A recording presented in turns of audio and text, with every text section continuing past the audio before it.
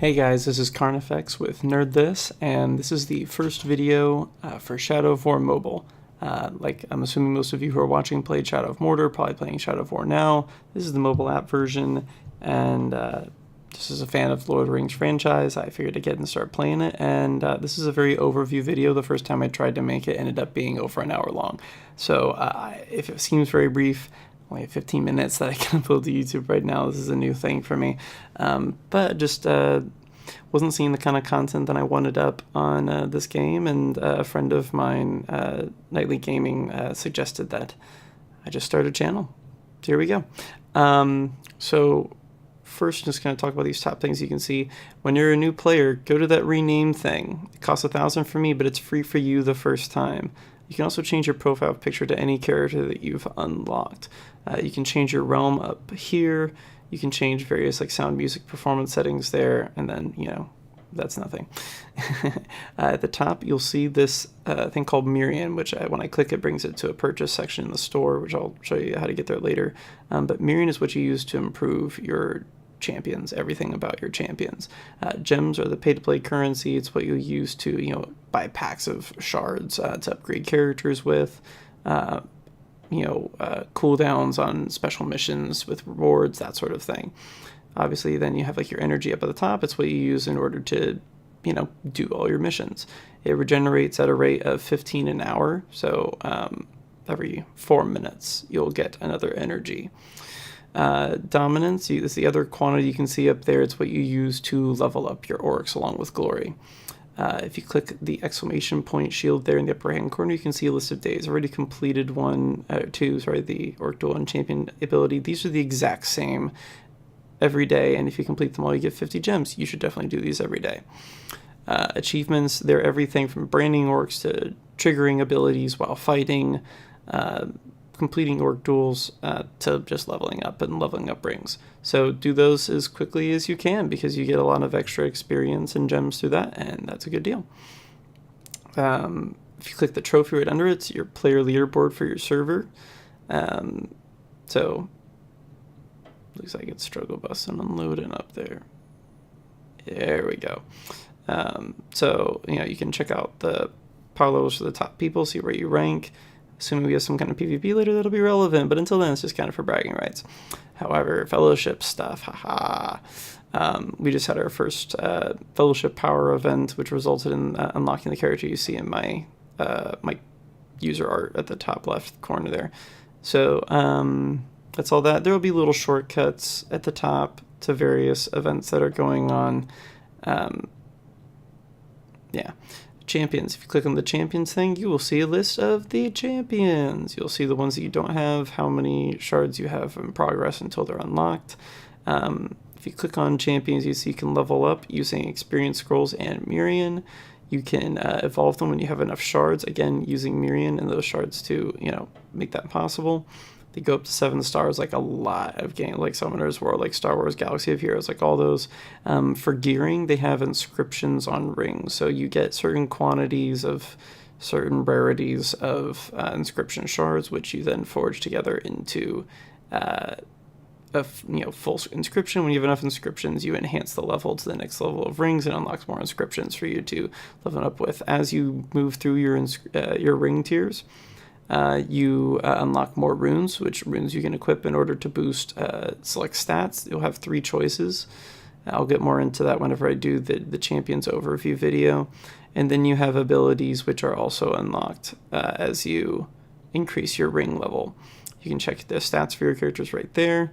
There are 5 different classes. I'll get more into that in that video. So for the roster, this is your orc army. So like in Shadow of Mordor, if you play that, or certainly in Shadow of War if you play it now, branding orcs is a big part of it. You can also, killing orcs is how you get runes. Well, it's one of the ways in which you get runes. But you can also brand them, and if they are good, you should brand them. But there are different classes that have different special abilities, different stat breakdowns, stat gains, and all that. And I will get way more into that later, but right now you can see, okay, so you can check out the class. We're wigging out a little bit. I did not like how I clicked that there. All right. So you can see Ratak there. He's level 50. You level up, like I said, with Grog and Dominance, right?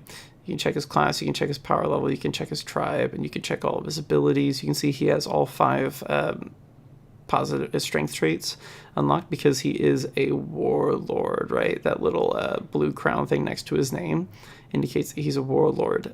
If you have a character that you want to evolve from captain or war chief, then you can do it into the overlord, but it costs a lot of glory, and glory is more rare than the dominance is. The dominance you can get a decent amount of, not have a problem with it. You can also promote them to star levels just like characters. This is another way to start a duel, but the simplest way is just from the right after you click on the Orc Army button. Check the stats there. Ding. Dueling pits, this is how you are going to generate most of your glory. You'll choose 2 orcs. Like, let's just choose these 2 orcs. Bye. They fight. If they have traits like that are advantageous against each other, then there will be they'll receive like a power boost or a drop for the fight, and there you go. You get some glory that way. Halls of the Dead. If you do have any orcs that die, you can resurrect them using resurrection tokens. Inventory. You can see a list of all the different inscriptions that you have, all the different runes that you have, all the different tomes and grog that you have stashed up. Okay, let's hit fellowships really quick. If you click on fellowship, assuming that you've joined a fellowship, if you haven't joined a fellowship, you should join a fellowship, even if it's not a great one, because you can not only check the power levels, you can do the main thing that we have right now, which is make donations. So once every 8 hours, you can put in a donation, and you can get up to 10 of those requests filled. And whenever you fill in a friend's request, you can get a little bit of Mirian for helping them out with that. You can also access the guild chat that way, but you can also access it by clicking the global chat button and then just switching to the fellowship tab. Inbox, this is where you're going to get emails about everything from, hey, Boromir just became available, or here's the hourly schedule for the week of the hourly warlord missions, and I'll get into what those are in a sec, but you can also do like personal emails with people.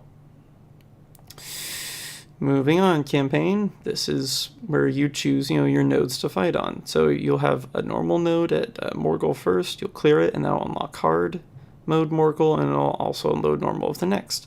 Whenever you clear, normal of this, it will unlock hard mode of that, and normal of the next, right? There you go. Hard mode nodes are where you can get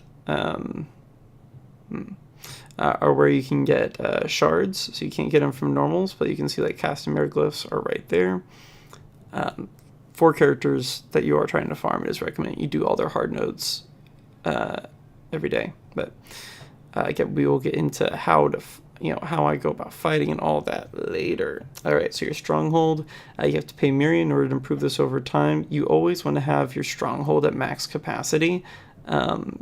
Until we figure out what point is kind of like the maximum amount of dominance that you need in order to improve an orc from 6 to 7 star.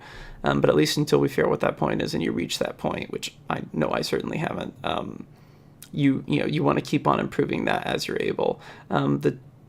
As you clear towers, you also unlock the ability to upgrade them over time.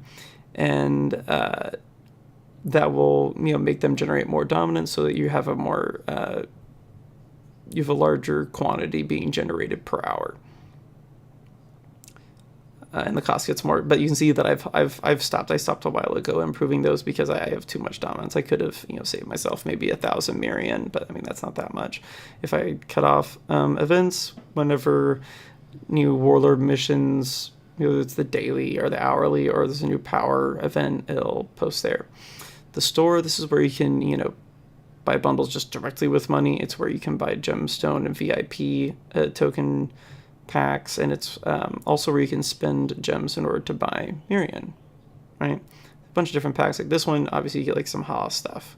This one's a 7-day energy pass. This one's a resurrection token pass. Blah blah blah.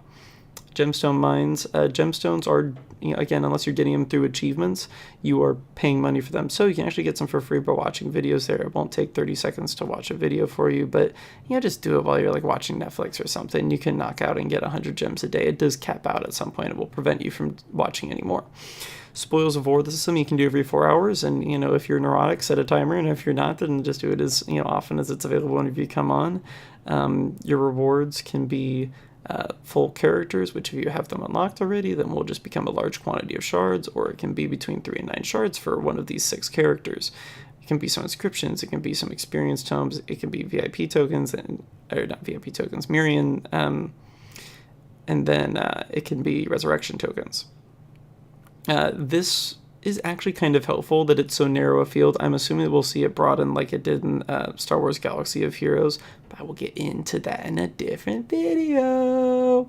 Okay, the things that are actually worth buying here, even if you're not, if you're not like a serious pay-to-play person, most of the stuff here is not worth spending gems on. This is the one thing that might be an exception from this, from the Palantir, because if your level is really handicapping you and where you're able to progress, it's not your character level, right? Because your character level, to the top there, right? Like my player level, that also sets your character level. So if that's what's capping you, that's one thing. That's only so much you can do about that. But if it's actually being capped by the fact that you don't have enough tomes to level your characters to your player level, then this can be worth buying. You can actually get some decent pulls out of that. You can get, kind of drop an egg, but Champions of Mordor, don't do this. Do the special event one, because you also have a chance of getting a 4-star character. You should pretty much not spend money on. You should pretty much not spend gems on this ever, unless you are dropping at least $100 on this game. And I can get more into why that is the case later, but buying Miriam with gems, refreshing certain orc and event missions with gems, and buying Tomes of Knowledge, those are the things you should be using gems for. Last thing, VIP. So you start off with only 1 energy recharge until you get VIP tokens, which VIP tokens you get by buying those packs that are directly money. So not even you're buying a gem pack with money, or you're buying one of those like Hollis packs or something like that. That's how you get VIP tokens. Use those VIP tokens to unlock what are normally just already there elements of other premium games, but they thought you should pay for the right to spend gems on them anyway. Energy refresh is the most important thing. Miriam Multiplier would probably come after that, and then hard mode attempts would be the next thing. Other than that, you could just kind of have to buy them to get to the next VIP tier level. It just is what it is. Okay, orc jobs. You have your orcs do jobs. The two things you can do with your orcs to get you stuff right now is you can have them help you out on missions whenever you're playing through nodes, or you can earn rewards. So you can earn resurrection tokens, you can earn Mirian, you can earn inscriptions, and you can earn orcs. Right now, I would say the only ones that you should really be doing are Disrupt Zog, Skirmish, and Raiding Party, and make sure that you have enough resurrection tokens for Raiding Party in case one of your orcs does die. It will happen maybe every third time that you do one. Warlord missions, this is where you have your daily mission, which you'll usually be able to run that 4 times, depending on whatever your day reset is, what time zone you're in. The special one, so which again is like Boromir right now, this is like the weekly Warlord. This will be on for days, and that will allow you to get further along and actually get more shards. You are spending twice as much energy on a 2-shard stage as you are on a 1.